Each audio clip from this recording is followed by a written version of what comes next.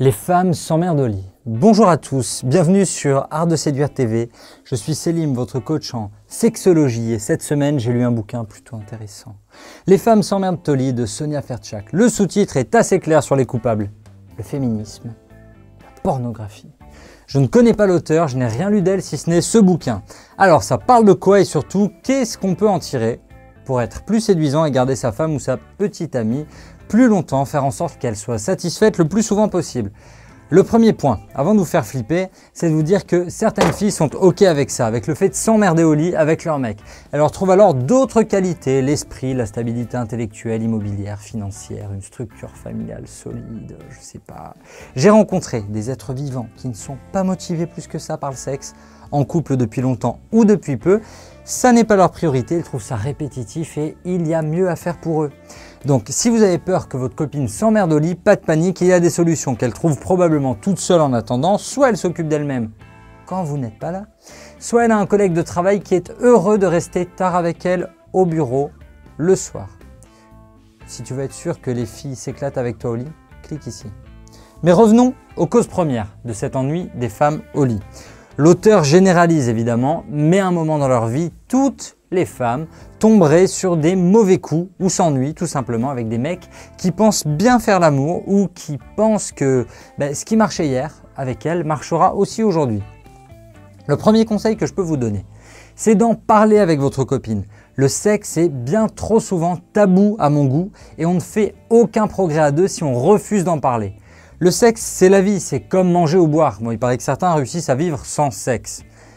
Comment lui en parler? Pourquoi pas essayer un « Tiens, je suis tombé sur un article qui parlait d'un bouquin, les femmes s'emmerdent au lit. Tu t'emmerdes toi au lit, chérie ?» Tu peux me répondre franchement, je préfère qu'on en parle ensemble plutôt que tu t'éclates avec mon meilleur pote ou un collègue de ton club de lecture. Si vous n'avez jamais eu de conversation sur la sexualité avec votre bien-aimé, c'est le moment ou jamais. Pourquoi les femmes ne sont-elles pas satisfaites au lit alors? L'auteur crée un néologisme intéressant, féminette, à moitié féministe, à moitié midinette. Une femme complètement schizophrène et ingérable, tiraillée entre sa verticalité et son horizontalité. En français, ça veut dire féministe pointilleuse le jour qui veut être respectée comme les hommes dans son travail et en société, au sein de son couple, mais qui à l'horizontale aimerait bien être traitée comme une femme. Ça bloque où alors? Certaines femmes sont persuadées que la domination au lit, c'est mal, que les vieilles féministes se sont battues contre ça, que la sexualité doit être égalitaire. Haha, c'est bien mal connaître le corps humain. Les féministes ont un problème avec la partie animale de l'humain. C'est pour ça qu'on a arrêté d'essayer de discuter avec elles.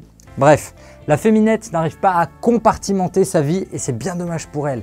Elle a trop baigné dans le poison du discours féministe et en veut désormais aux hommes incapables de bander correctement pendant l'acte. Alors certains passages du livre « Les femmes s'emmerdent au lit » font vraiment flipper du genre « toute pénétration est un viol ». Ça vaut le coup de le lire pour voir à quel point c'est effarant. Donc ces féministes, elles ont donné naissance à une race de garçons que l'auteur a nommé les nouveaux garçons. Comment dire ça sans vulgarité? Les nouveaux garçons autrefois étaient traités d'impuissants et je garde toutes mes insultes pour moi. Le nouveau garçon, c'est celui qui a été élevé par une maman qui lui a dit « Il faut respecter les femmes, tu n'es pas mieux que les femmes, ne sois pas comme ton père, mais surtout, tu ne dois pas faire de mal aux femmes. » Le problème, c'est que ce guignol de nouveau garçon n'a pas compris la vraie leçon. Du coup, l'auteur du livre « Les femmes s'emmerdent au lit » explique que trop de garçons, nouveaux garçons, ont peur de leur virilité, de leur puissance au lit. Pendant l'acte sexuel, c'est là que le règne animal s'exprime, que l'instinct reprend le dessus. Le problème, c'est que ces mamans féministes ont totalement brimé l'animalité de leurs petits. En français dans le texte, elles les ont complètement castrés. Du coup, les féminettes se plaignent de ces hommes trop doux au lit, trop mous au lit. Ces nouveaux garçons sont mous du gland, ils manquent d'énergie sexuelle et d'énergie tout court dans la vie, si vous voulez mon avis. La deuxième partie du titre, vite fait, la pornographie. Faux problème à mon avis. Alors oui, on a accès au porno aussi facilement qu'Art de séduire, en 2 clics. Le vrai souci, ce ne sont pas les images, c'est le manque de communication, encore une fois.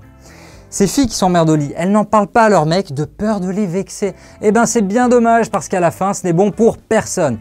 Avec le porno, c'est pareil, les parents n'en parlent pas assez à leurs gosses et certains mecs finissent par penser que s'ils n'ont pas la teub de Rocco, ils n'arriveront à rien. L'amour et le porno, ce sont 2 choses différentes. Le porno, c'est un support pour se masturber, pour s'exciter, ça ouvre le champ des possibles, ça peut donner des idées, mais ce n'est que rarement un reflet de la vraie sexualité qui vous attend. Une des phrases les plus importantes du bouquin s'adresse aux femmes.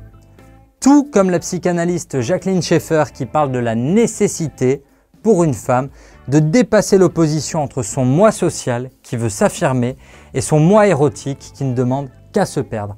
Cette phrase, elle n'est pas que pour les femmes, gentlemen. Elle vous invite aussi à comprendre que vous pouvez très bien baiser votre copine comme une chienne et la regarder dans les yeux en public et la respecter. 2015, il est grand temps d'admettre que la maman et la putain en une seule personne, c'est vachement bien.